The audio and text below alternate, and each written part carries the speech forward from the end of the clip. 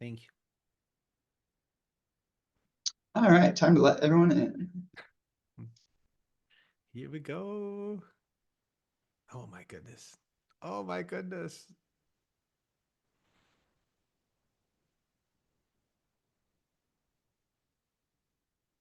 Hello, everybody.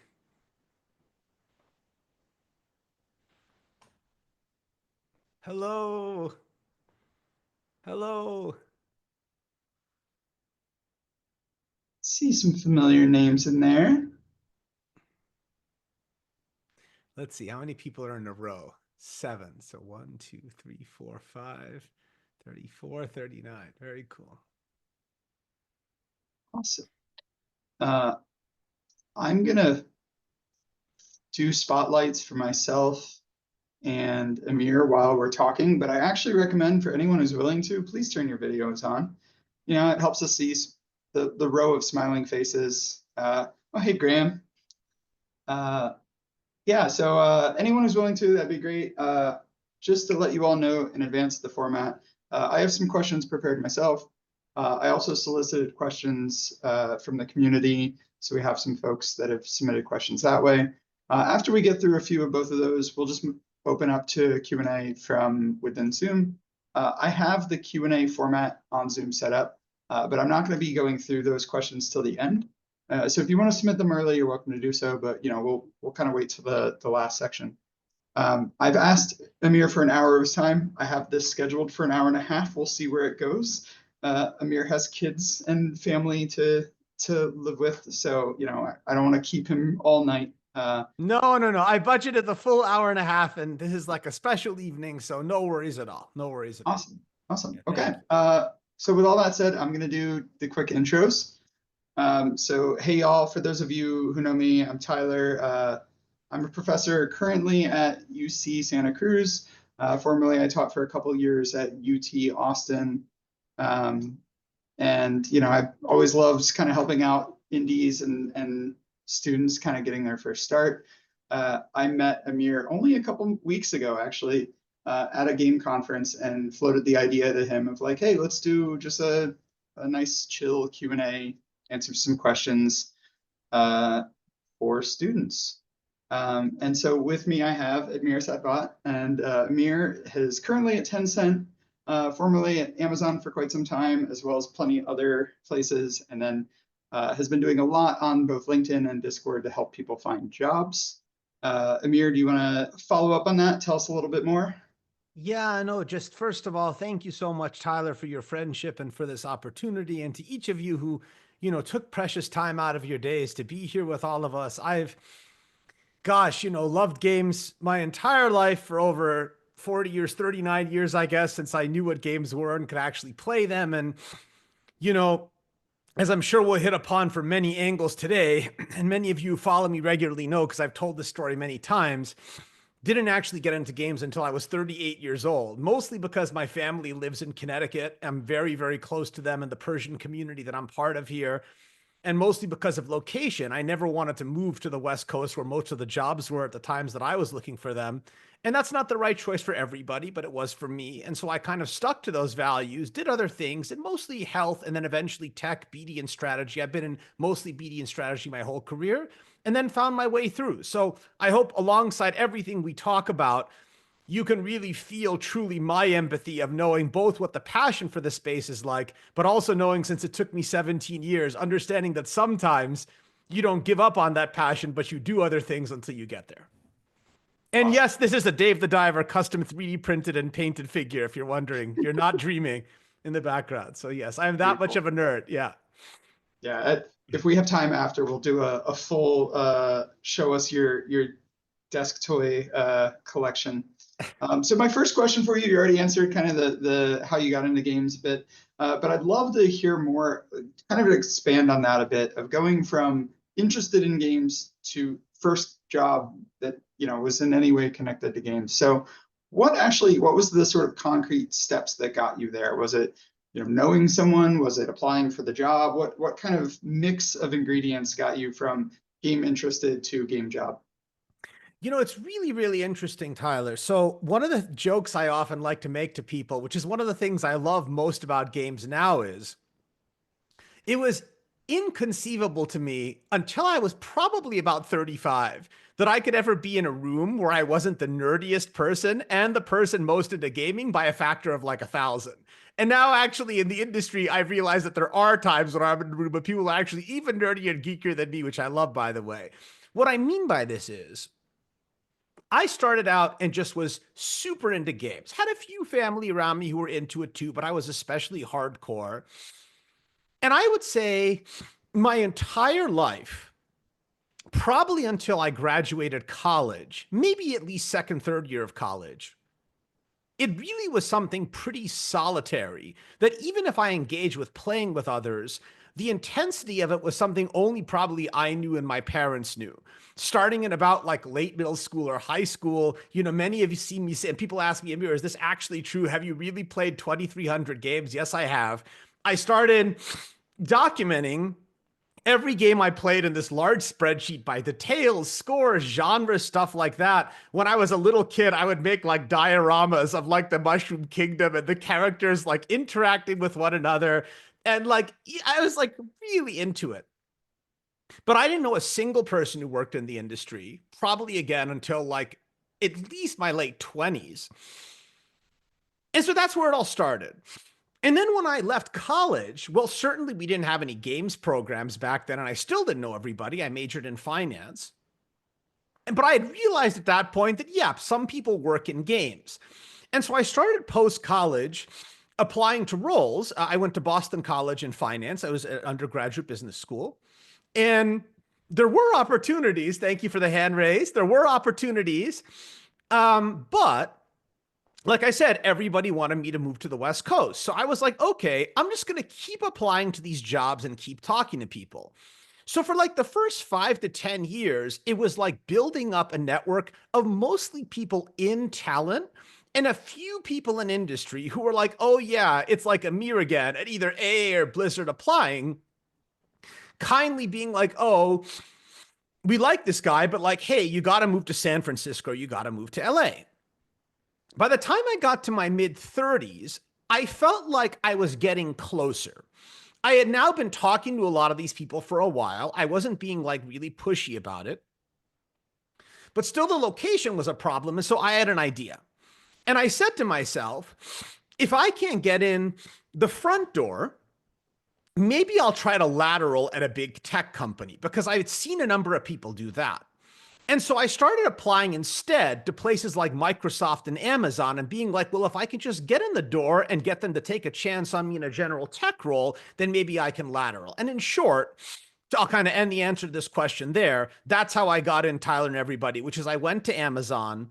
I built up a really good rapport with everybody in AWS. And then basically I called up every person I had ever met along the way. And I was like, do you know, many of you may have seen Ethan Evans, who's a very, very well respected, was a vice president at Amazon, was a direct report to Jeff Bezos, and he ran games at the time. And I told everybody, call Ethan and please tell him why they should take a chance. And amazingly, at 38, I applied for a job description that literally said 10 to 15 years in games BD, and I had zero. But they took a chance on me because I had 10 to 15 years in BD, but just not in games. And I was able to convince them of the other stuff. So I went a little bit long-winded, but I want you to really feel what I was feeling through that process. It definitely took a lot of determination. I won't lie. There were multiple times that I considered giving up, but I didn't, mostly because of my parents and then later on because of my wife. Thank you. That was a great answer. So my next question for you, kind of talking about those first steps, how do you feel, so your college, your university experiences, how do you feel they prepared you, and what do you wish you had learned? What were the things, especially for now that you're in games, looking back at it, like, oh man, if I had learned these key things while I was in university, you know, tell me what I need to teach. What should be added to the curriculum? You know, it's interesting. What I learned, so we'll do what I learned, and then we'll do what I wish I had learned. What I learned, obviously, is tons of generally applicable skills in finance and strategy. And what I say to people always is no matter what you love, today we're talking about games, some people are passionate about other things, never feel like I always say two things to people. One is nobody has a right to tell you you're not a gamer just because you don't work in games. You decide whether you're a gamer or not based upon what you do every day. And that's learning about the industry, learning applicable skills that you can use in a job, trying to connect to other people in the industry at events or other things like that. And so I learned a lot of skills that eventually I would use and I still use every single day in my job. So I was well prepared there. And I certainly felt like I knew games well. I played them all the time. I read magazines and periodicals. I went on sites. I tried to stay sharp there as best as I could. What I didn't know, and this, which I'm sure we'll get to plenty later, Tyler, which is why I started this whole community thing, is the community was based on the entire community is the answer to your second question, which is everything that I wish somebody had given to me when I was looking for work, I tried to put into that community. Here are jobs, and here are the areas they're in, and here's how you find them, and here's how you apply to them.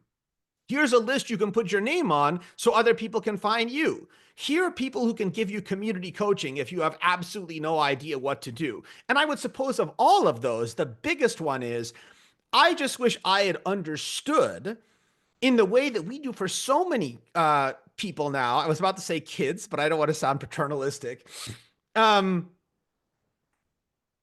We get tickets and they go to GDC or they go to GamesBeat. And most of the people, as long as they handle themselves well, which 99% of the time they do, they are so excited to have them there. And believe me, that gets you somewhere in the long term. One other quick thing I'll say is, I wish I had known that you can do things every day in small ways that leave an impression on people. So many of you here are connected with me or have interacted with me on LinkedIn, and thank you if you have. You don't have to be a poster who posts 3 times a week or 45 times a day like me if you want people to notice you. Even just going on other people's pages and putting a thoughtful comment or putting a like, you will not believe this. I tell this story all the time. I had a friend who had played the recent World of Warcraft expansion and wrote a really thoughtful comment about it and was like shocked when an incredibly senior person at Blizzard basically like responded to their comment. And so that matters. That stuff done 10 or 20 or 50 times, that's networking too. Yeah. Yeah, I think absolutely. I swear I did not pay Amir in advance to talk about the importance of networking, but I stand by everything you said there. I think from my own personal experience, absolutely who you meet is as equally important as what you know. Which brings me to a good follow-up question on this. So I'm going to ask one or two more of mine, and then we'll move to the questions from everyone else. Location, prestige, and grades. How much do you think they really matter? So when I say prestige, I mean specifically the university's prestige, but where you are, what school you went from, and what grades you got, how important do you think they are? So what I promised Tyler, and I promise you this throughout the evening, is you're going to get the unvarnished truth on everything. Okay. Let's take these in order. Location of these three, I have the strongest view on location. So when we started the community on LinkedIn, the first thing that we did is we just had resources, right? Over time, and pardon me, I'm just on the back end of a cold if I sound a little tinny. The second thing after that is we started collecting a lot of data that I collected myself, data that because it's a zero profit enterprise of which nobody makes money, including me, people in talent and HR communities share with me with trust only for me to see and use. And then we went to a third phase, which was doing tons of analytics on that data. The reason I'm taking the time to explain this is anything that I share with you tonight, whether you follow me regularly or not, is informed, I might humbly say, but what I believe is the largest treasure trove of data, probably on games, jobs, and employment in the world. And so when I say this, it's informed all by data and not by any form of speculation. In the United States, 75% of open jobs in games exist in 5 states or regions in North America. And those are California, Vancouver, British Columbia, Montreal, North Carolina, and the state of Washington. If you don't live in one of those 5 places, you're now fighting for 25% of the jobs that are left. Second data point. When I started tracking data 2 years ago, 20 to 25% of roles in games were remote. When I checked in on that 3 to 6 months ago, 14% of games were remote. When I checked in on it again a few weeks ago, 11 to 12% of roles were remote. So the bottom line is, this is not an easy thing to solve for because, like, look, it's not easy to move to San Francisco or LA, especially with the volatility of the market now, a super expensive living situation. And who knows, maybe 12 to 18 months, unfortunately, something happens, you lose your job. So that's a very, very tough personal decision. In fact, aside from sentimental things and the closest to my family, another reason I didn't move, because I live actually 5 minutes walking from the house I grew up in, and I happen to very much love it, but it's also cheap as hell compared to any of those places that I just named. So you have to really go through introspection about how much you are willing to compromise on location if you already are not in one of those places or don't want to live in one of those places, about what that means for your job. So that's point one. And I might add, I have a lot of data that suggests even if a role says it's remote, you still have a relative advantage if you're near where the headquarters of the company is. So that's location. Second point is, where did you go to school? I have observed this. So I track, and this number goes up and down depending upon whether companies unfortunately close or they fall off the radar. So the way that I track games companies for this data I'm about to cite for you is, any company that's hired anybody in the past year in the world that's a developer or publisher, I track them. If they don't hire someone for 6 months, I put them into kind of a hibernation list until they start hiring again. That list of active companies is about 3,100 developers around the world. About 1,200 of those developers are currently hiring right now. I have found that for many things, and we'll talk about this also throughout the evening, there's almost a dichotomy between like the top 50-ish companies and what they do and want and expect, and what I observe for everybody else. For the top 50 companies, I think where you go to school really matters twice. It matters for your first job out of college, and it matters potentially if you get a graduate degree like an MBA and it's your first role out of your MBA. I have been asked where I went to college exactly once in my career, and that's when I got my first job out of college. Nobody since then has ever asked me where I went to college. And in fact, I might even argue that there have been situations where the fact that I guess I did go to a hoity-toity school for graduate school, but the fact that I went to a slightly less hoity-toity school for undergrad, in some settings that actually helped me because I feel like it maybe made me more relatable. So that's my thought on that. I think it matters a little bit, but only for your first job. I think actually, let me add one more component to that, which is, I think people often underutilize alumni networks, and a really, really good advantage for you to break into doors is say, hey, we went to the same school, let me reach out to you. So I think it matters in that sense also. And particularly if you go to something, we have people from a whole variety of schools, but like from the schools that I saw on the list, I assure you, these are all schools where many people from your schools are in the industry, and you will find someone who is willing to talk to you. The last one was grades. I mean, kind of. I feel like grades for me are like, it's almost like, I'll tell you, I promised I'd be very honest. When I was at Amazon looking at candidates, and I did 250 loops for candidates, and probably in my career, I've probably been through over 500, 700 loops. I don't know, a lot of loops for candidates. I basically think about, and broadly what I observed of others is, they think, do you have a below a 3.0? Do you have like a 3.0 to a 3.5? And do you have like a 3.5 or higher? And basically it's like, was this person a really good student? Was this person a fine student? Or was this person a relatively weaker student? But again, I would say this is a factor. I think it becomes more important in an environment like now where there's so many candidates as another opportunity for differentiation. Thank you. Yeah, very thorough. I appreciate it. And I agree on all points. Yeah. So I'm going to start asking questions from the submission form. So I'm going to go through and just kind of hit a couple of them, and then we'll move to the QA as well. So first up, a question from Ani from UCSC. What are the main skills and types of projects to boast about on a resume in order to stand out? It's a good question. So when I think about projects and how people position themselves for jobs, I think about basically two factors. I think modesty is one of the best values in the world. But if there is a time that is not a time for modesty, it's when you're applying for a job. And I feel like too often people don't brag enough or attribute enough what they contributed to a project. When you do things in life, in your relationships, etc., I feel like it always should be we. When you do stuff for a resume, it should always be I. And you should identify what specific contributions you made to the project that made an impact and drove results. I would say the second point is, or sorry, said another way, what are the projects where you had the biggest contributions versus the team? So I would prioritize that.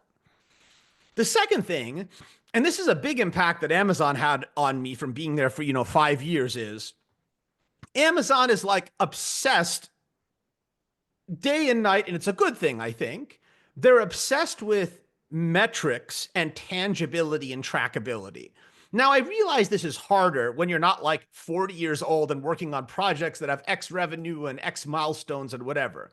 But still, I would challenge you to think about, for any project you do and any impact you have, really what was the impact? Your goal in talking about the project isn't to describe your job description of what you did. It's actually what was achieved by doing that. So I would choose the projects where your ability to talk about the tangibility of something that was achieved was the greatest. The third thing that I would say is I would reverse construct what you highlight based upon what's in the job description. So most job descriptions, if they're well written, and typically they're pretty well written, they will outline the types of works and projects that they're expecting the team to do. And so I would take some time to read those job descriptions carefully, or maybe even read 10 of them for the type of function you're looking at, and use that to help you construct what types of achievements and projects that organization likely cares about. I'd like to add to that as well that it's important to not have such a generalist portfolio that no one can tell what type of job you even want. Which I see quite often when doing portfolio reviews of like aspiring game developer. What part? Like solo dev? Like what, having to follow up on what Amir said, is like understanding what they need, guiding the portfolio towards that. Sometimes that might mean having more than one portfolio site or multiple pages within the portfolio as you're applying to jobs with different skill set interests. So they will see first the thing that they are most interested in. Yeah, and one more thing I'll add, and you're gonna be like, where in the world is he going with this? So there's a clip you should look up at YouTube later because it's awesome, where they interviewed Ricardo Montalban about his role in The Wrath of Khan in Star Trek. And it's a really good interview. And they asked him how he thought about playing the role of Khan. And he was saying that, the director was guiding him and he wanted to push the role in terms of intensity. But he was like, you can't push a role too far in terms of intensity because then it becomes ridiculous. And he was like, the challenge in acting is going up to that line, but not being ridiculous. And where I mean this for all of you is, think about the average recruiter for a role who may be looking at 500 people and has 20 seconds to look at your application and make a decision, or maybe even less. Be a little bit bold in talking about something about yourself or a project that you did that really is interesting and grabs people's attention. So they pick up the CV and people go, Tyler. And that like sticks in their mind and it's something there. Like, I thought of this because of what you said about playing it safe, Tyler. And again, it's a balancing act, but pick something interesting or something quirky. I think more often than not, I like that. Yeah, absolutely. All right, I have another question. This one comes from UC Santa Cruz as well, from someone from the GDA club. Hunter asks, do you have any specific tips when looking or applying for game internships as to oppose to a full-time position? Yes. Boy, these are great questions. So, I do. So the first thing I would say is make sure I'll go from basic to like advanced. The basic thing is make sure that you understand the full comprehensive field of internships. I try to make this very easy. I'm due for an update. Apologize for being a few days out of SLA. But as part of our Games Jobs workbook resource, which is in category 3 on amirsatvat.com, that has the most comprehensive mapping of developer and publisher cleaned roles only in the industry. One of the columns, just for you, for folks that are, those of whom you who are early career, one of those columns is internships. And I outline every internship in the industry by company. There's even a tab for internships so you can go and just go down the list and apply to all of them. Again, apologies, it's a little out of date. I have to update it. I will this week. So that's one. Two is and I think there's, as with so many things we're discussing, there's a balancing act to this. As you start networking more and meeting other people, and there's many different avenues for doing that. There's big events like GDC. There's, medium large events like GamesBeat. There's smaller things like local meetups. There's game jams and stuff like that.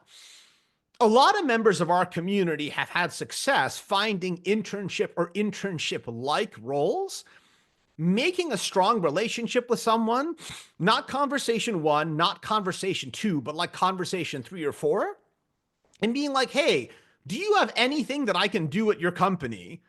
And this is like the pay level that I would be comfortable with doing it.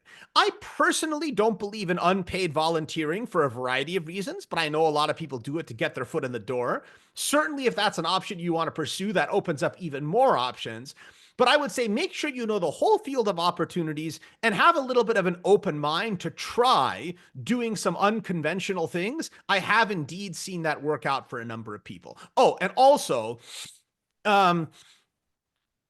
another thing you can do is be aware of the internship cycles for different companies because some of them don't time up perfectly and evenly. An easy way to do that is you can look in records and see when they last listed intern roles, or certainly if you write a polite note to somebody in the talent department, eventually they will probably write you back and tell you, so you could even schedule it out on a worksheet. So like the week that it's going to come out, and you can get in your applications earlier than others. Getting in your application within the first week of a role being listed gives you higher odds than people who apply afterwards. That's an incredibly tangible and useful piece of advice. Thank you for that one. I've never heard that one before, but it completely tracks. I'll throw on another piece to that is your likelihood of getting, especially an internship, increases some number, probably tenfold, if you know someone at the company. If you can get an internal reference, first job or internship is always going to be a tremendous higher likelihood. And especially for the folks here, most of you are by one of those hubs that Amir mentioned. So the likelihood that you can meet someone and get to know them, or most people here are US centric. The cost of something like GDC is going to be far cheaper for you than people who are international to us. So taking advantage of those opportunities as well. Yeah, and I'll make a little bit of a provocative statement. By the way, I saw the question about hot and cold drinks. I only drink cold drinks because I drank hot drinks when I was younger and they burned my tongue and it's psychologically imprinted on me. So hot drinks are for communists. I only drink cold drinks. All right. Thanks for letting me deal with that one. So the more and more that I study networking over the past 2 years, the more and more I realized that I underestimated how important it is. To Tyler's point, so I'm going to state a number that may frighten you for a second, but then I'll tell you why you shouldn't be so frightened. So many of you, especially regulars in my community, may have seen this headline stat that really shocked people when I declared it. And I never announce anything until I have so much data, as someone who spent, 6 years in graduate school, and as a wife who's an economist who doesn't let me up on stats and healthiness of data. I don't say it unless I'm sure. Which was that if you have 3 or less years work experience and you've never worked in games before, your chance of finding a job in games over 12 months is 2%. Now, I tell people that and they completely freak out. But then I say to them, here's the way that you break that number. And in a recent post, I compared this to kind of like the Oracle and the Matrix and how someone can give you advice, but it might be what you need to hear versus the fate that you're determined to walk through. And what I mean by this is I can confidently say at a minimum that those odds I quoted, you can 10x your odds at a minimum if you have a strong connection to someone on the hiring team or on the recruiting team. Those odds, though, that I stated, and now again, I only have 2 years of data, but I'm obviously going to keep tracking this into the future.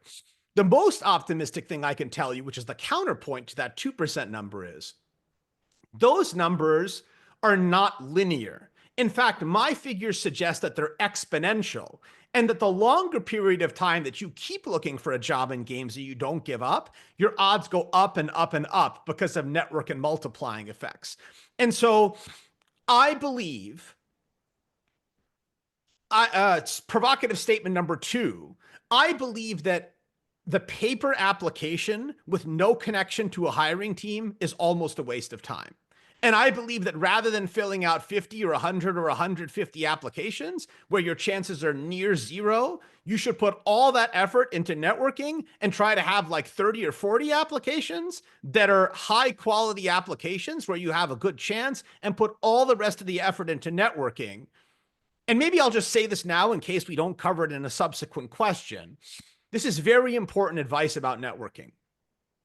If you hear my advice today and you think that what Amir is telling you is you should go out and just like start writing people and be like, can I have a job? Or a more polite version of can I have a job? That is not what I'm telling you. What I'm telling you is that is the exact opposite thing to what you should be doing. And while again, this is a tough statement, but I promised I'd be honest. The proper lead time for finding a job in games is minimum 4 to 6 months. And the reason I say that is the first conversation you have is just politely asking if you can just get to know the person or have an informational, even just introduce yourself. The second conversation is asking if you can maybe learn about them. And again, you don't even mention a job until like conversation 3 or conversation 4. That type of organic networking is what will differentiate you from other people who are all just writing in on the first call and being like, can you give me a job? And 90% of the job time that just gets ignored or goes into the heap. And what was the other thing I was going to say about that? Oh, the other thing I want you to promise me is, and I tell people to promise me this all the time, and a lot of times they don't listen to me. I mentioned to you that there are 1,200 companies that are hiring. I can't agonizingly tell you what percentage of people who are looking for work only apply to the top 10 companies. Amir, I always wanted to work at Blizzard. And I'm like, that's great. So did I. So did everybody. So did my grandmother when I showed her Warcraft 3. Or Amir, I only want to work at the top 50. And what I say to them is, everything about breaking the odds is going where everybody else isn't. So if they're writing and asking for a job, you write and politely ask for an informational. If they're applying to company number 10, you apply to company 1,000 that nobody else is even applying to at all. I, in fact, have had companies in the bottom half of the companies that we look at, and I don't mean bottom half in any type of pejorative way, I just mean by the size of the company. I've had the bottom half of companies by size. I have literally had some hiring managers and recruiters, if you can believe me, write me and ask me to get more people to apply because the top 50 companies are like a vacuum for all applications and the others go unapplied to. So thank you for giving me a little bit of time to talk about that, but I think it's really important. And don't just say it to me to like make me feel good and get brownie points, like actually do it. I can't tell you how many people I ask and I go back and audit and they're still just applying to the top 50 companies and I want to pull my non-existent hair out. That's a very important one as well. Thanks. And again, very tangible, right? Like these are practical piece of advice that I think you can use directly. So I'm gonna do a couple more from the previously submitted, and then we'll move to the Q&A in Zoom. So this question is a great follow-up for that. It comes from Tony. From what you've seen, what would you say are the most in-demand, low-supply disciplines in games currently? It's a good question. So I'm going to answer this question in a data-based way, which is the way that I think about that is I think about what what is the ratio, excuse me, of roles of certain disciplines to all roles versus what is the ratio of applicants to those roles? And I might add, what has the turnover rate been for those roles, meaning that there's going to be more of them over time. So I will tell you what roles have had the biggest challenges. The roles that have had the biggest challenges, and then I'll tell you the ones that are most sought after, are the hardest role to get into in games, and it's not even close, is writing a narrative. Writing a narrative has had a lot of roles cut. It's a role that you could speculate might have some indirect pressure from AI, although many will tell you that it doesn't have direct pressure.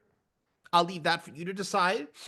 But also, many people sadly have been pushed out of those roles, and that's been very hard. Another role that's very hard to get into is game design. There are a good number of game design roles, but it's highly sought after. Game design, creative director, etc. Very, very competitive. I'm just telling you the facts.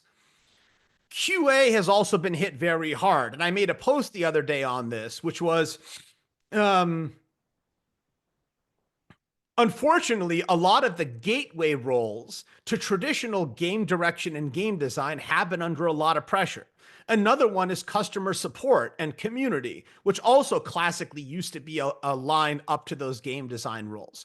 And so what I've been trying to tell people is a lot of those pathways that I just mentioned, in addition to things, now I'm going way back when I was in like middle school or high school, like working, some people would even get roles through retail roles or through working at magazines like Next Gen or like things like that. A lot of those avenues have closed up also.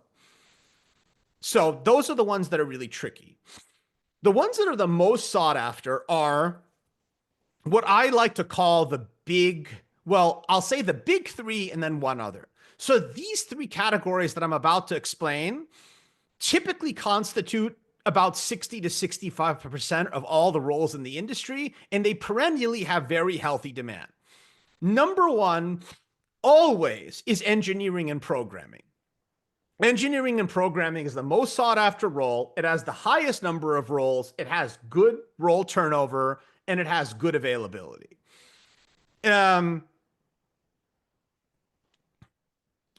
Project management and production, very, very healthy. There have been a lot of people cut in project management and production, and a lot of those situations have been very tough. But at a macro level, it's holding up well. And then the third of the big three is art and tech art. A lot of people have been hit in art and tech art too. But again, you have to keep in mind that for me, I'm thinking about at the highest level, at the 30,000 foot level, where I'm looking at all the applicants and all the 3,100 companies. And then the fourth of the big four is marketing. Marketing and branding has been holding up pretty well too. And so what I've told people is, even if your goal is, say, game design, no. Your goal, if you're coming out of college, you know what your goal is? Your goal is to get in the goddamn building.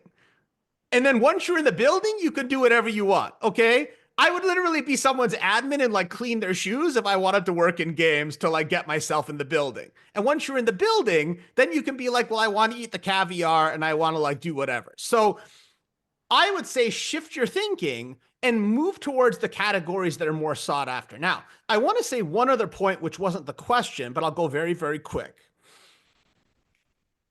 No matter what area you choose, it is very important, very important. So every company you apply to, particularly if it's a bigger company, probably in the top half, and increasingly everybody has it, they will have what's called an ATS system or an application tracking system. Application tracking systems track everything you do.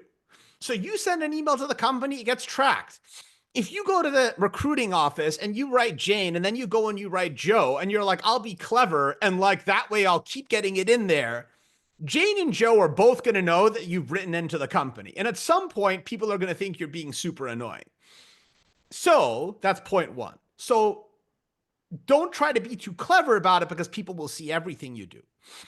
The second point is it doesn't look good to spray and pray to every function. So if you apply to a role in production, and you apply to a role in writing, and you apply to a role in game design, and you apply to a role in like business development, people are going to say that that person isn't focused on what they're looking for. And so what I tell people is you get maximum 2 categories to apply to, and ideally they're related. Even better, if you have 2 categories that are disparate, like Amir, I want to apply to game design and I want to apply to whatever, writing and narrative. My response to that would be okay, but my suggestion would be, if you like, pick a group of companies that are your game design companies and pick a group of companies that are your writing narrative companies. So within the ATS system for each of those, they're disaggregated and you're focused within one area. The data that I have strongly suggests that people who focus on one area and max 2 have much better odds than people who apply to everything. That makes a ton of sense. Yeah. And, you know, for some of you that have done portfolio reviews with me, I normally hit on this of like, if your first page I see as a recruiter doesn't say which job you're after, if it just says, I want to be a game dev, and it's not built bespoke for the job you're applying for, I'm probably going to pick the person who did do that. So the extra effort it takes of having multiple portfolio sites and multiple resumes that are built around each potential specialization is probably worth as much, if not more, than the work you did to make that portfolio content in the first place. So next up, I have a question from Graham. So I'm going to let Graham go ahead and unmute and provide this one. So Graham, yeah, take it away. Hey there, thank you so much for coming on tonight. Thank you, Graham. It's so nice to be here. I can't believe we've ever actually not met. I got 2 questions to ask, okay? First one is just the top 10 kind of red flags and maybe top 10 non-red flags that you see in cover letters and resumes that you kind of look at right away and go, oh, to the one side. And the second question is dealing with those weird questions in tech interviews, you know, that seem to be so popular now when you go to companies, and before you even get to the person who's doing the hiring, that they're like, okay, there's 40 round holes on the piece of table. How many of them round holes do you have to move to the other side? And they just drive me nuts. But how do you deal with that? And what are your expectations from your side of the table? Oh God. So I'll take those in reverse order. I think those like weird questions, like, I don't know, how many tennis balls fit in like the Acropolis. I think those questions are like complete bullshit and like a waste of everybody's time. So I don't know why people do them. I don't know what the point of them is. I honestly can say like what I did to prepare for those when I knew there were companies that would do them is they're literally case prep books for they say something more polite than nonsense questions, but there's case prep books for those types of things. Maybe if you find that you're in loops where you're seeing those, pick up a book or 2. But like my honest attitude is, if somebody was asking me a question like that, I would actually ask myself whether that role is like worth my time, because I think it's a waste of time. So that's my unvarnished opinion. So the other question you asked about the red flags, go ahead. I don't know about 10, but I'll give you the most common ones that come up to me. So, I would say one thing, which is we have not really talked about the topic of AI yet. And I know AI is extremely controversial, and I'm not talking about generative AI for art or writing or anything like that. I'm going to talk about the really narrow constraint of people who use ChatGPT or something like that as an aid for writing cover letters. I'm a very pragmatic person, so I don't like to pretend. I know many of you may do that. That is, in my personal Amir's opinion, fine by me. I know some recruiters don't like it. But if you do it, for God's sakes, make sure that it doesn't read like an AI letter and you've read it over enough yourself that you know it's correct. So like that's point number 1. Point 2 is a red flag to me, and this may seem subtle. I know it's a lot of effort. But remember how I said earlier, I would rather do 30 to 40 quality applications than applying to 400 things? I know that's easy to say when people are desperate and looking for a job. Look, I've lost my job. I've been unemployed for multiple months. I literally know how it is and how stressful it is. So I'm not making light of this for a hot second. And if I didn't care about it, I wouldn't be spending 2 years and every minute when I'm not with my kids or my family talking to people who are unemployed and hearing gruesome stories because I love those people and care about them deeply. But you help yourself more not letting that fear and anxiety grab you and apply to fewer applications and customizing them. So my second red flag, Graham, is I think every cover letter should read like it's an individualized cover letter for that specific job.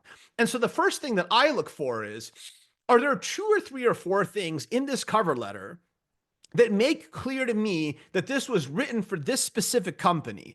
Even if it's the smallest effort of like calling out a few games that you played that are theirs that meant something to you, some type of a connection to the studio. So if I don't see customization, I think, okay, because many places don't even require a cover letter. So like I wouldn't submit a cover letter unless you're going to submit something that's special. If you're going to take a form letter and put the name of the company on top, just don't submit the cover letter because you're not really doing a value add in that situation, in my opinion.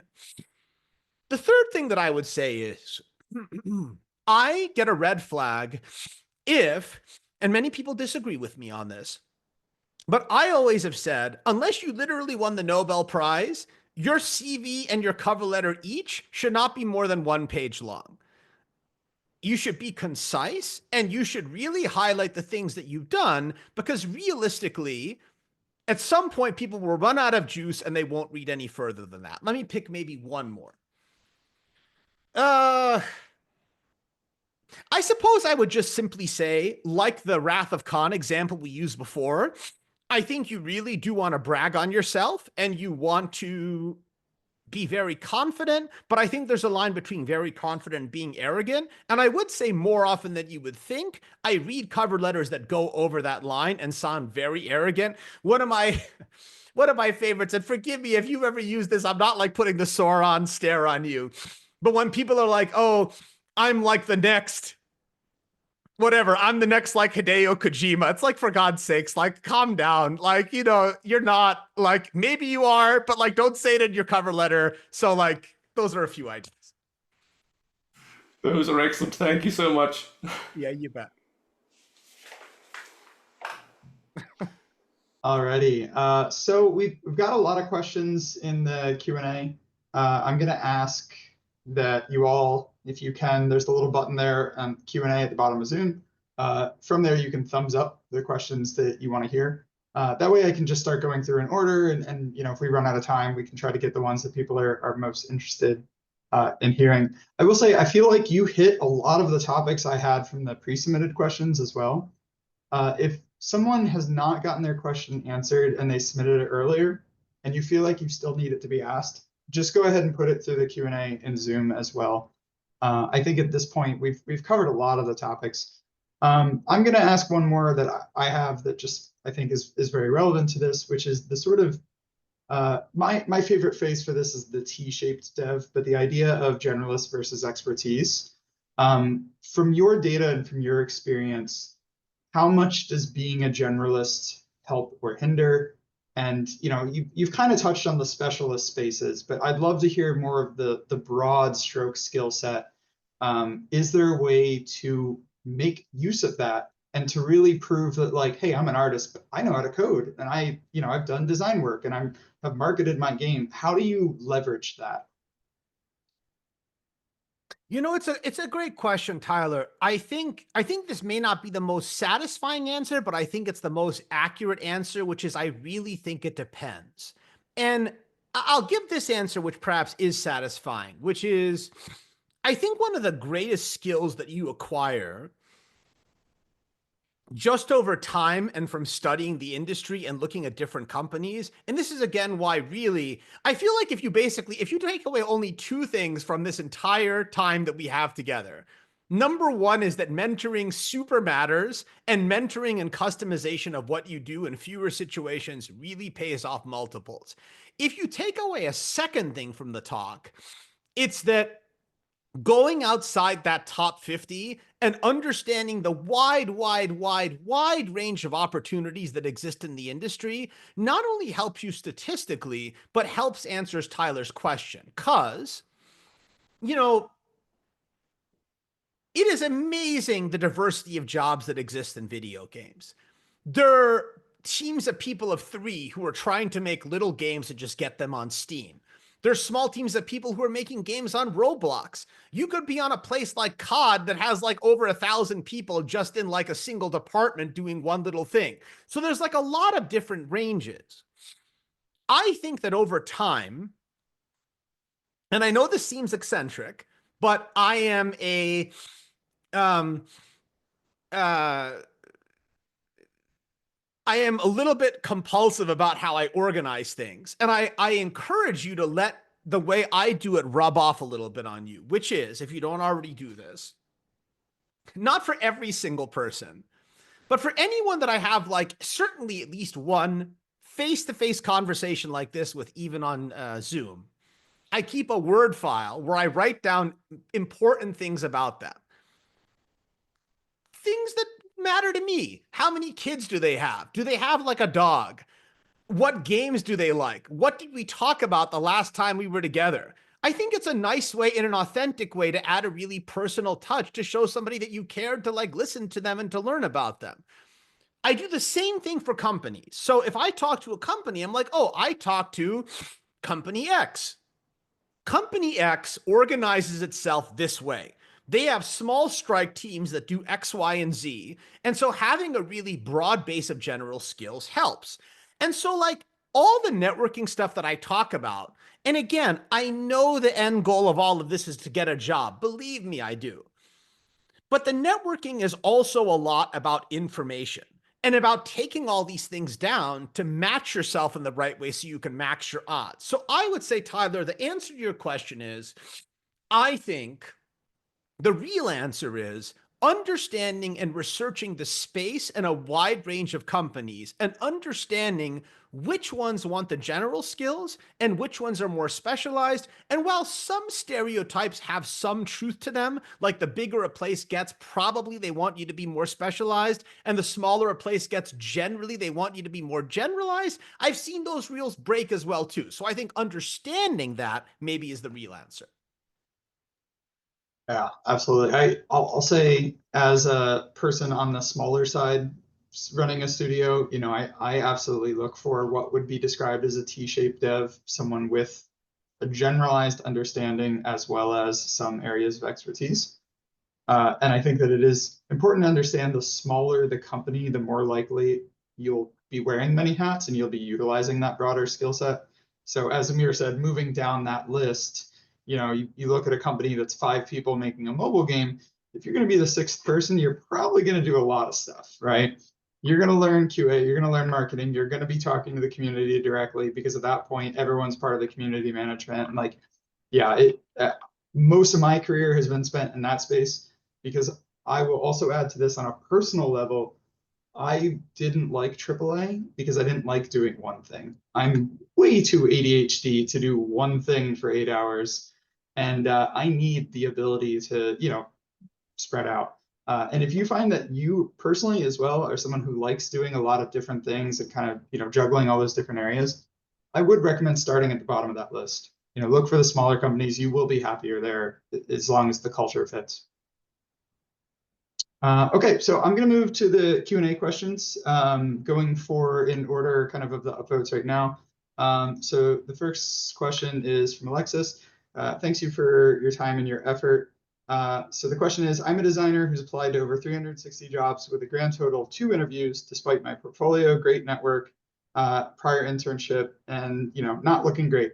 Wanted to ask if you knew of any alternate jobs I could reasonably apply for that don't require years worth of pivoting to a different role, that would pay enough to cover the bills, and preferably something soon. Yeah, no, look, I am really sorry to hear that. And I mean that in a non-performative way. I think the reality is, as I mentioned when we discussed functions and the ones that have challenges, game design is one of the most challenging specializations in the industry. And I don't have any magic solutions, but I can give you a few ideas, which are, the first thing that I would suggest is, and if you've already done this, that's fine. And, you can DM me about it and we can talk about it. But I would ask whether you've gone up and down that games jobs workbook and truly gone down to like the bottom of the list to everything that is there, everything that you perceive is there. If you have, that's fine, but maybe just dust it off and take one more look to be sure. The second thing that I would say is I would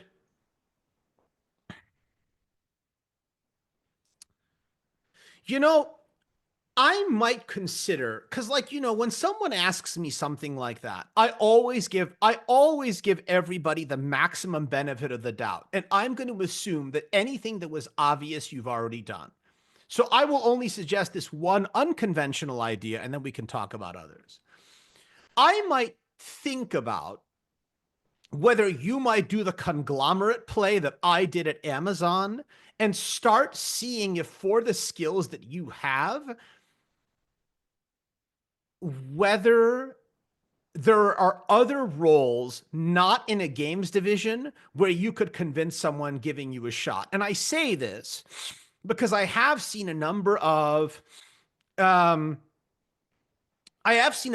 people who were stuck in game design go to, there are many more companies than this, but they're just my stock examples because I was at Amazon so long. So I have a Seattle mindset, the Microsofts of the world, the Googles of the world, the Amazons of the world. And they have been able to find roles that are adjacent to those. And you know what? Maybe that means a bit of a sidestep where I'm making this up. You go to something like project management and you're like, well, Amir, why project management? But maybe the project management pulls you back over to getting something in project management in games. And then maybe you go into production and then you maybe sidestep. But I guess what I'm saying is if you're in a position like that, where I assume that you've tried everything, where my mind goes because of the community is I am now thinking what puts a roof over your head and what keeps you getting paid and keeps you getting skills. And so I think at that point, at some point, you have to say to yourself, maybe game design is not happening right now. Again, with sensitivity, games didn't happen for me for 17 years. So as I tell people, if you sort it out in less than 17 years, you sorted it out faster than I did. And so maybe that's a moment to do something else that's kind of radically different and then eventually keep trying and not give up. Because keep in mind, if you're in another job, no one is putting handcuffs around you and saying you can't keep applying to jobs. You're just getting a paycheck. So now you're getting paid to keep looking while you're working doing something else. So that's my quick advice at a generalist level that I could give in 5 or 10 minutes. I have a short follow-up on that from a Q&A I did many years ago with Amit Patel of Red Blob Games, who I'm sure a lot of you have seen his resources. He gave this great anecdote that your dreams, you'd be surprised at how malleable your dreams are. That the thing that you thought was your dream job, you may discover a few years later is not, because you found something else that is truly satisfying. And that I personally, when I was a student, thought my dream job was lead level designer at Bethesda. And then I got one taste of AAA and said, nope, no thanks, not for me. And now I'm very happy running my own studio. And so like, obviously I'm not saying you're only applying for your dream jobs, but just for everyone here, know that maybe the job that isn't in games is actually very fulfilling to you, and you may find that there's a lot of joy in it. And 20 years from now, you may be happily outside of games. And I've known quite a few people who tried games, found that they didn't actually like deving games, and are perfectly content where they are now. So yeah, and Alexis, I saw your quick response, and that's awesome, right? You're doing the right things. Like one stat I'll share with you is I never say anything to anybody to give them false hope about something, because that's the cruelest thing you could do to someone, to pull somebody up, to have them then fall down on a false optimism you gave them. But this is a real optimism that I will give you, which is when I looked at all applicants. So I mentioned the stats for people who are early career, but let's forget that for a second. The 12-year chance of finding, the 12-month chance of finding a job, if you took those odds and went beyond just games to people applying to anything, the odds of finding any job, whether it was games or not, was 5 times higher than the odds of finding a job just in games. And so I really believe the open-minded attitude that you are demonstrating of looking at everything else and being flexible, eventually I believe it will pay off. I mean, to Tyler's point, I said a little bit about my career. I will say this as a point of comedy to illustrate to you like what I've been through. So here's what I did post college. Okay, I worked in investment banking. Then I went to, and then my investment banking was in healthcare. So I was like, I'm not getting a job in games. So since I was in healthcare, I should lean into this because I'm never going to work in video games. I spent 5 years in grad school getting a master's in health policy, a master's in basically molecular biology and biochemistry, and an MBA, totally applicable to games, right?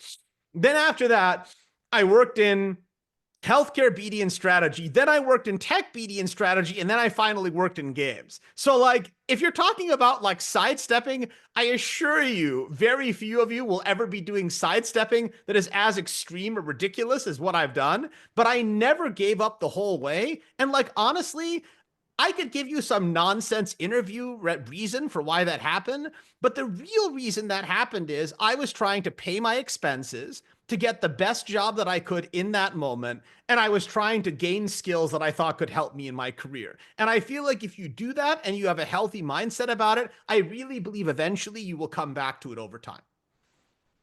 And I just want to point out one highlight on that. If you don't, it does not read you as some sort of failure in life.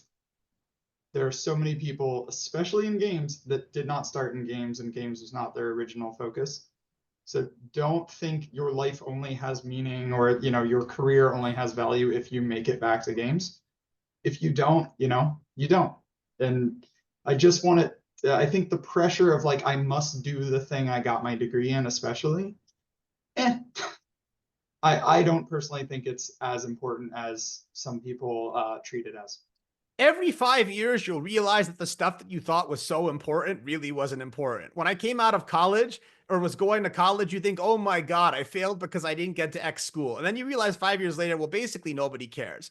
And then 5 years after that, you're like, oh, I did this. Like, honestly, I'll tell you at 42 for me, some people have families, some don't, some have kids, some don't. But again, for me personally, it's like, I basically care about the fact that I have a job that pays the expenses to be with my 3 children and to be with my wife. And like, if tomorrow somebody was like, you're never going to work in games again, go work at Oracle and whatever database administration, but that was like what took care of my family, I personally would do that in a heartbeat and I wouldn't even blink. Now, I realize not everybody feels that way, but I'm just trying to say, believe me, the older you get, I think you will have a different perspective on it. And I think it's really not that big of a deal. Absolutely. All right, so the next question we have is from Elliot. So Elliot asks, you posted on your LinkedIn recently about the timeline of the job upheaval and the approximate dates to return to normal. Do you expect entry-level jobs to take longer to stabilize compared to the mid-level jobs? And do you think the extensive qualifications junior-level jobs currently have will change, or will it stay the same? It's really hard to say, but I will give you the best guesses that I have. So there have been some interesting transformations going on. And again, I never like to give Amir's opinion. I like to report facts. And I was about to say, I report, you decide, but that sounds too political. So I'll give you the information and you sort it out. So here's what I know. Over the past 2 years, the average job description in the games industry has become more senior by 3 years. Roles are getting up-leveled for a variety of reasons. I could speculate, adding to that some qualitative information I've obtained.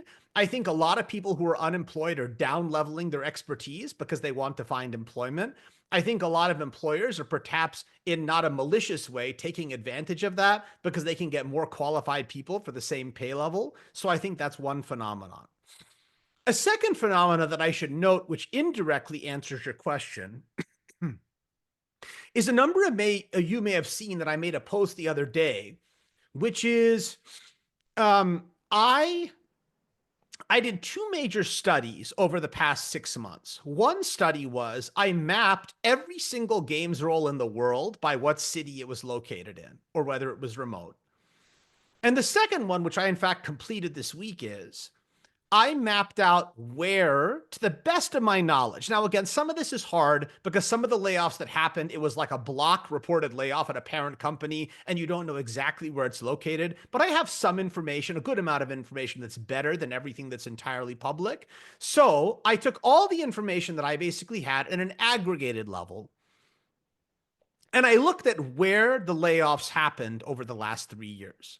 What does this have to do with early career jobs? Well, what I found is, and I'll give one location as an example. If you take California, in 2024, 1 out of every 2 global jobs that were cut in the entire games industry were cut in California. So if you look at the combination of that and where the roles are being rehired, only 8% of the roles globally that are being hired for are in California. I believe, based upon the data, it is reasonable to infer that because of the high cost of labor in North America, that there is a potential global reorientation of jobs happening, where even if the jobs come back or we get back to normal, whatever that even means, if you want to interpret this as we come back to the job levels we have 2 or 3 years ago, I think a lot more of those jobs will be in places outside of North America. And in fact, we see the heaviest hiring happening in Asia as opposed to North America. So I believe early career jobs, I have no data to suggest that early career jobs are recovering at a slower rate than other jobs. But one, I believe the entire job tree has skewed upwards in terms of seniority. And I also believe that when it resets, more of those roles will not be here. So you may have to move potentially not only to other states, but to other countries to get those jobs. The final thing that I'll say, which I actually made a post on, I think today, is I think what's become hard is while the total number of roles has decreased a little bit, the demand has absolutely exploded. And so it's not like the number of roles is the issue. There's so many more games programs, art programs, and people who are looking for positions. And the total number of entry roles across the entire market that are open at any one time for 3 or less years experience has basically stayed the same the past 2 years at about 700 to 1,000 jobs. And the total number of internships has basically stayed the same at 300 to 400 internships. So that means at any one time, if internships are open, there's about 1,200 positions for everybody globally to basically play musical chairs around. So I actually believe it's a redistribution and demand problem rather than a supply problem. Thank you very much. Next question we have from Ethan. So Ethan, if you can go ahead and unmute and take it away. Yeah. Hey, Amir. Your talk last night was great, so I had to come to this one too. Thank you. I was curious to know your thoughts on whether there are jobs you would recommend not taking straight out of college. Like, for example, jobs that might be seen as a turnoff to hiring managers at games companies.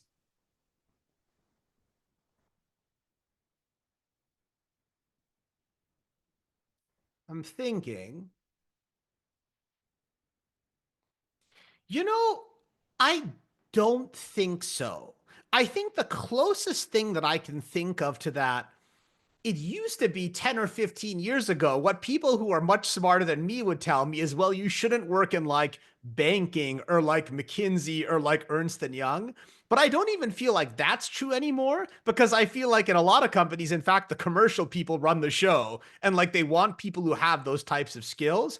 I honestly would say no, but everything, in my opinion, is a matter of time. Every year that passes, the net amount that you have to move the boulder up the hill to convince someone to give you a chance gets harder. And if you get to 15 years into your career, how many years would I have been in at that point? Forgive me, 17 years post-college, when I was looking for my first games job, that's like awfully tough. You have to have all the stakeholders lined up and you're really trying to put a thread through a needle. So I would say, the only thing I would say is, I think there's the first question that we discussed, which is if you can't work in games, basically what job you should get.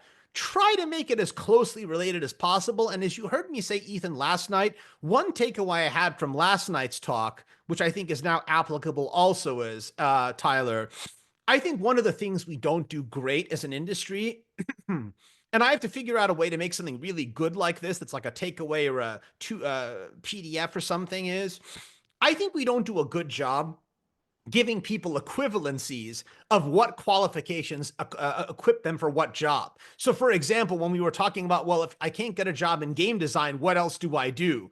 I can't tell you how many people, junior or senior, right? Some who are 10 years into their career will come to me and say, Amir, I lost my job in production. I can't get another job in games in production. What do I even do? And then we're like, okay, well, let's figure out what you can do in this industry or this one and the other. I think the answer to your question, Ethan, is if that chart existed, find the closest thing to the equivalency in another industry if you can't do it in games.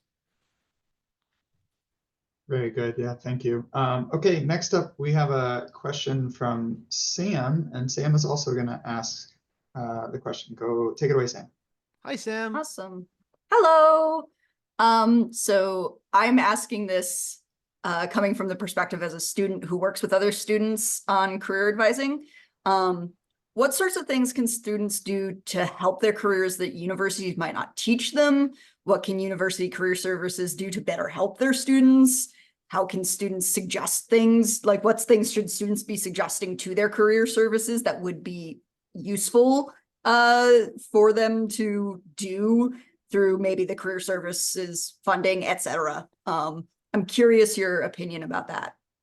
Yeah, no, nice question, Sam. This is something that I thought about a lot at Boston College. And, you know, the learning that I had was there was a really great professor who really had a powerful impact on my life, whose name is Michael Barry.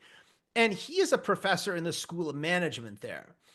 And the two answers that I'm going to give you tie back to what Mike taught me, which has become a core of what I do anywhere I go. I believe there are two things that universities can do to help students that they don't do. And the second one, you're going to be like, what? The first one is, I think bringing in industry people like me who care and who want to talk to students and talk to the career office too is incredibly important. It gives a relevant perspective of what's going on in the industry right now. A lot of people, believe me, there are many people out there who are as passionate about this as me. They will come and talk to the students. And so I would say, I wish every university would reach out to me and say to me and people like me, come and talk to the kids for an hour and a half for something like this. Like, I really believe most universities, and I know many career offices, many of them are really great and they're really doing the best they can. But it is hard to have that perspective of having talked to all the developers and publishers, the talent people in the industry and so forth, unless you're like out there. I might also say if you can get the talent people to come, that would be great. Not as part of like a campus recruiting thing, but even just asking a recruiter nicely, can you just come for like an informational that's more informal where kids can ask questions like this? The second thing that I would say is, and I have a very strong point of view on this, which was instilled in me by my parents, which is most people who graduate college do not know anything about personal financial management. And when I was at BC, Professor Barry himself started a 3-hour class that he taught not for money, but because he cared about students.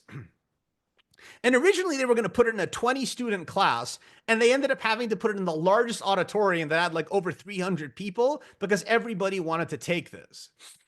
I think, and if you're listening to me say this and you're like, Amir, I already know this, like, God bless you, like, that is great. Like, you get my not sarcastic, you get my sincere, like, gold star. But most people don't really understand well cost, savings, investment, trade-offs between different types of things. And you may be like, what does that have to do with jobs? But I think that's important. Like, as an example, Tyler made a really nice statement, which I couldn't agree with more, right? What you work, what job you do doesn't define your life success, your personal success, any of that. I can't tell you how many people over the past 2 years I've worked with who were like, if I don't get a games job, Amir, it's game over for me. And I was like, hey, I have a friend at like Alexa at Amazon who has a product management job. And by the way, it pays 2.5 times what you're going to get paid in games. And they're like, really? And then we do like the net present value and the savings and what that opens up for them. So I would say having those general skills is very, very valuable also. And having like an awareness of what the entire field of jobs is that you could get and what those jobs pay. I can't stand, I never use the word hate because I was raised never use the word hate.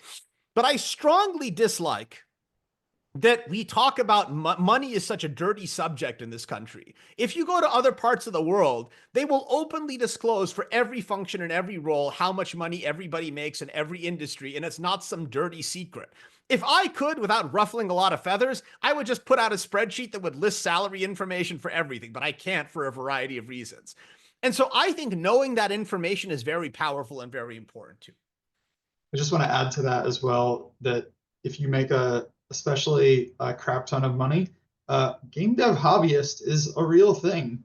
You can continue to make games while also making a sizable fortune working at Fang.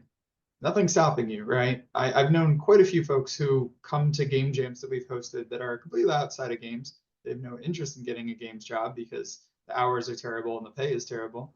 But they still make games, right? You can still do it as an interest without it being a career. I sort of wish I had known that 10 years ago. I might have went that route because I do love making games. I don't necessarily love everything the industry has to offer. So next up, I have a question from Elroy. What are some great ways to find companies that might actually hire? Most companies I've seen only have senior roles or only entry-level roles or internships that require that you haven't graduated yet, which doesn't work for recent grad. Yeah, it's a good question. So, two answers to this. The first is there's a bunch of good job sites out there by friends that I have who do community efforts like I do. Some are not profit, some are have for-profit components to them. But one that's good also is there's a gentleman named Mayank Grover who runs a site called Outscale, Outscal. And he has a very good listing of jobs that also has experience levels on it. So that's very, very nice. And he does a very nice job. I also, obviously we have the games jobs workbook. We talked about that, but that doesn't have seniority. I apologize for that. But to combat that, I used a similar crawling approach that I used for that for a resource also on amirsatvat.com in category 3, which I call Project Jessica after my wife, because she's the one who thought of the idea, because she's awesome, which is we crawl all the new roles that come in off of LinkedIn a few times a week. And the Amir touch I try to add to it is I have found a way to really polish the data. So there's nothing in there that's inaccurate, nothing in there that's duplicated and so forth.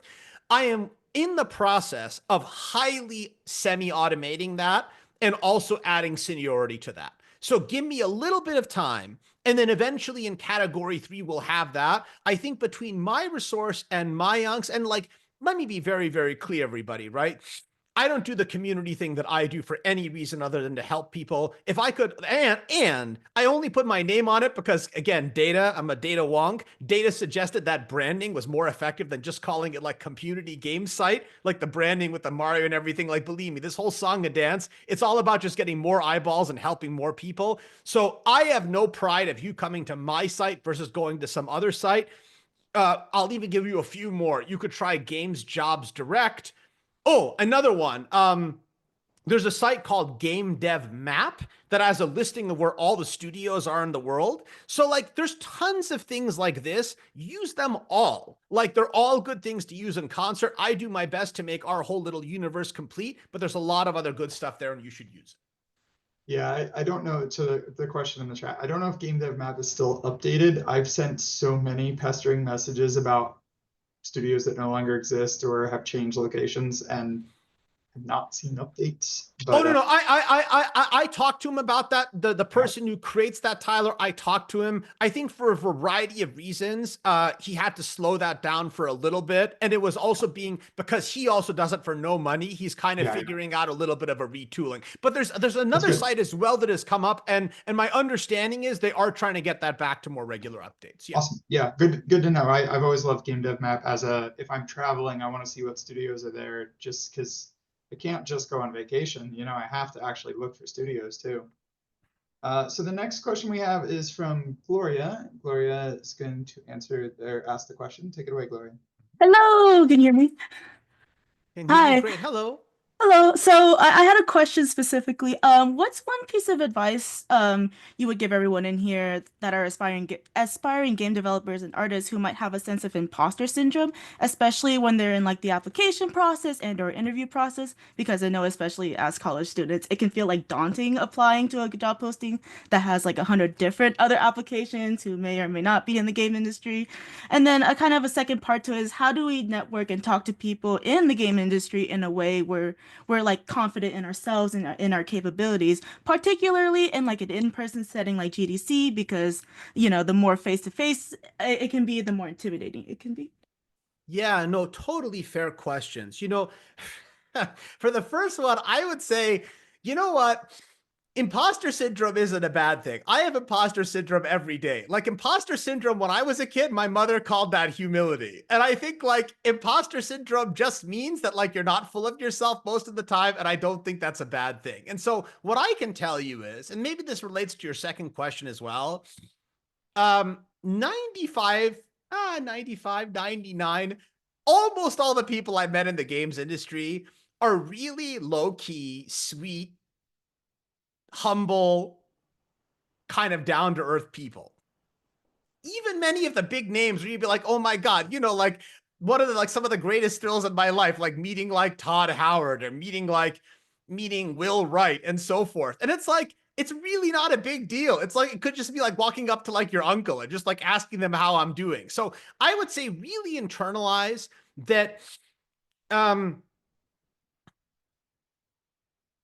it's all about the approach. I think going back to what we talked about earlier about not making things feel transactional, if genuinely in your heart, you are talking to someone in the industry, whether it's a big name, whether it's just someone in recruiting, whether it's someone who's in a junior to mid-level role at a company that you're aspiring to go for, the more that you can just relate over your shared passion in games and not feel like you're having a mini job interview with them, I guarantee you, the less nervous you will feel and the better it'll go. Like the most successful networking conversations that I've had in my life and career and that I've seen others have is getting together at like GDC or a smaller event or whatever, even just getting together for like a coffee.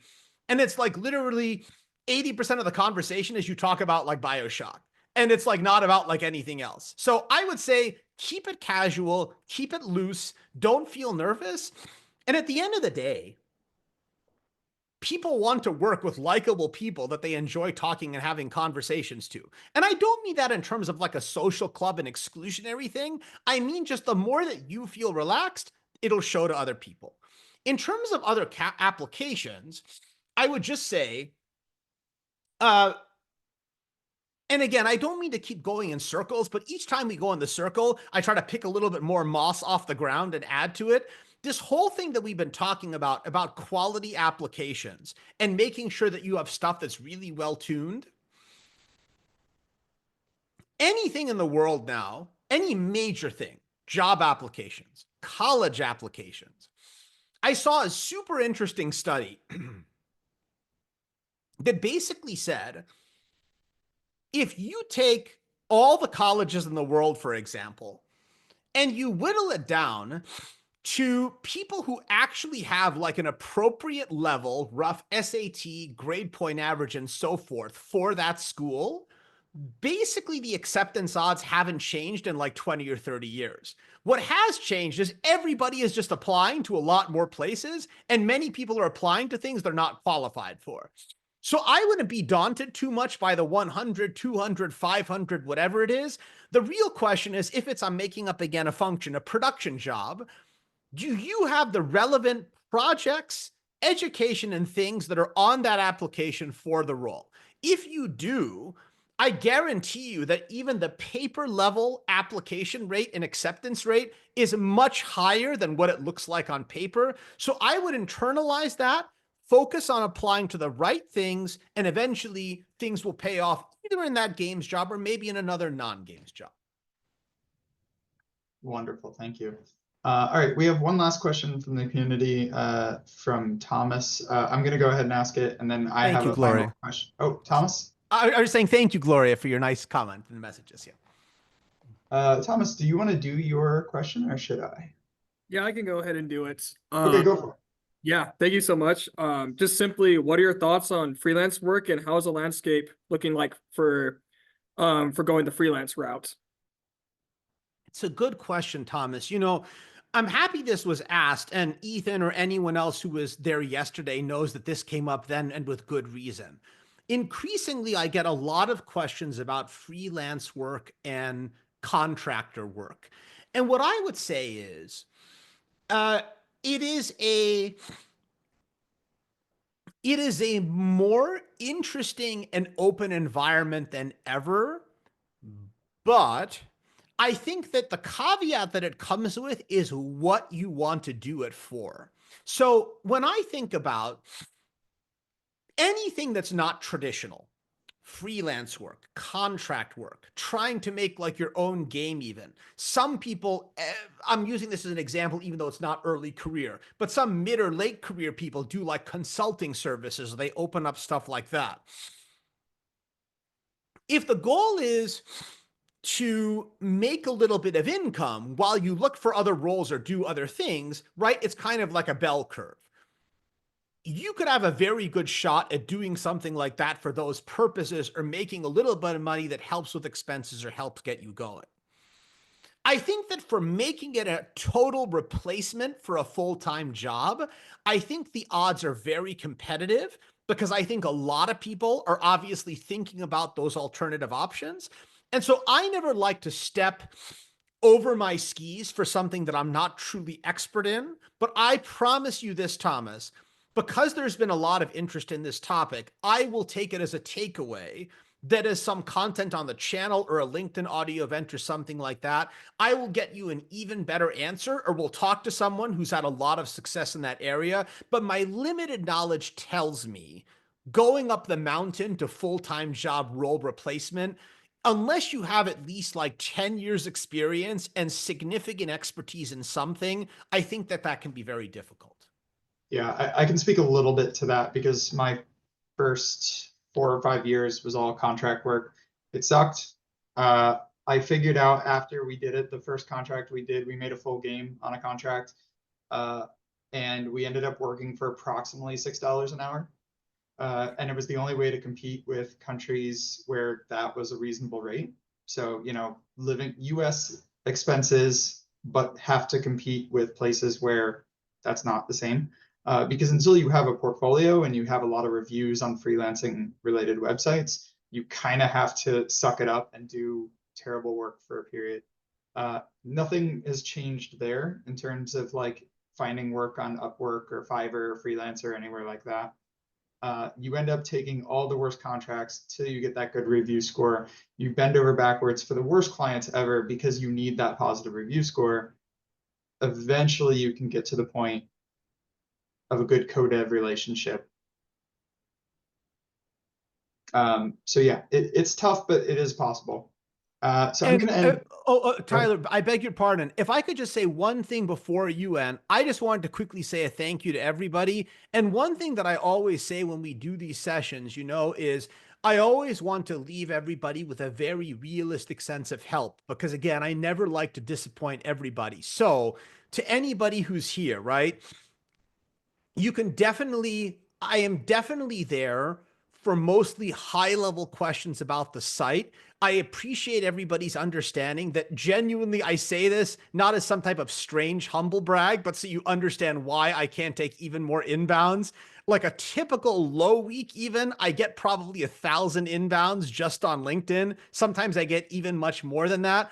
And so because of that, I apologize that I basically can't do individualized advice for anybody, but that's why we have, and I really want to push this hard. That's why I built up with the community's efforts, this network of almost 2,300 people that do free community coaching for our site. I see you and I love you, John, one of my big regulars there in the audience. And that network has mentoring, LinkedIn CV reviews, mock interviews, and art portfolio reviews. And every person on that list is there because they care about you. They help. There's no catches. Reach out to a few people on the list. If you don't get someone, try 2 or 3 more and you will get a response. If even that doesn't work, then you can ping me and I'll help. But that's what that is for. So please know after this, if you send me a network request, I'm like within 1,000 of the LinkedIn cap, and I have to mostly save those for my core job in BD and strategy. So if I don't connect, it's not because I don't like you. I think you're inferior. I didn't pick you, any of those things. And if I can't help with individualized advice, it's not because I don't want to. It's because we have the community coaching network. So I just wanted to say that. But please know that I'm always there to help. And if something is truly urgent, I will try to do my best to be an assist. I just want to add to that, that all of you should be filling out the raffle option from Amir's resources for the GDC tickets, because that's a huge get. I know personally speaking, my first GDCs were paramount to my career. So oh yeah, I'm really proud to say, for anyone who didn't say that, I'm so delighted that actually I still pinch myself because of all the community's teamwork. Our community is actually an official partner for GDC this year. So they gave us a lot of passes. We have 285 between that and other donors, and I hope that we'll get closer to like 400 by the time the actual drawing comes, if we're a little lucky from other donors. that is amazing. All right, Amir, I have one final very important question for you. So my question is, who do you think will win the Game of the Year awards at the Game Awards, and why is it Balatro? I thought you were going to ask me how many copies of Skyrim I had, and then I would take the 5th out of embarrassment. No, I want to hear your strong advocacy for Astrobot, and then I'm gonna respond with why it's actually Balatro. So Tyler was not a plant in the audience. I will politely say I will not answer that question, but for one good reason, which is in January, this will be the 3rd year, I'm going to have the Amir Awards, which is my community's totally for fun, totally nonsense, totally for my friends in the community's amusement award show that I put on, where I give away a few awards and I give away the Game of the Year. In fact, if you want a real amusement, go to YouTube and put in Amir Awards, and you can see the 2 shows from last year, which were like a real hoot, and you can tell me what you think. But I will reveal the nominees, my nominees for Game of the Year soon, and at that show, you will get to see my Game of the Year. All right. Last year, it was Super Mario Wonder. A lot of people got on me for not picking Baldur's Gate 3, but what can I tell you? Yeah, but I mean, the Game you of the get Year. to decide. Yeah, Yeah. of course. Yeah, exactly. All right. Well, thanks again for your time. This has been great. For those who asked, yes, there is a recording. I have it set up through Zoom. I'll process it, figure out if there's any issues with it, and then Amir and I will figure out the best way to sort of pass it on to the world. Thank you all that joined us. I think this went really well. No technical issues, which is always a rare occurrence. And hopefully we will have more of these types of events in the future. Thank you. I'll come back anytime. And hey, if you like the talk, smash that follow button. Okay. Yeah, I always wanted to say that. Before everyone leaves, anyone who's Yeah. on video or can get on video, please do so now. And I'm going to get a good screenshot of everyone waving and saying hi. Oh no, I forgot. Where's the setting to make it more than 25? Oh, wait. Actually, the only reason I'm really here is to see how many times I can make Sam laugh in one call. All right. Let's have everyone wave in there. All right. Perfect. Thanks, y'all. Thank you, everybody. Thank you so much.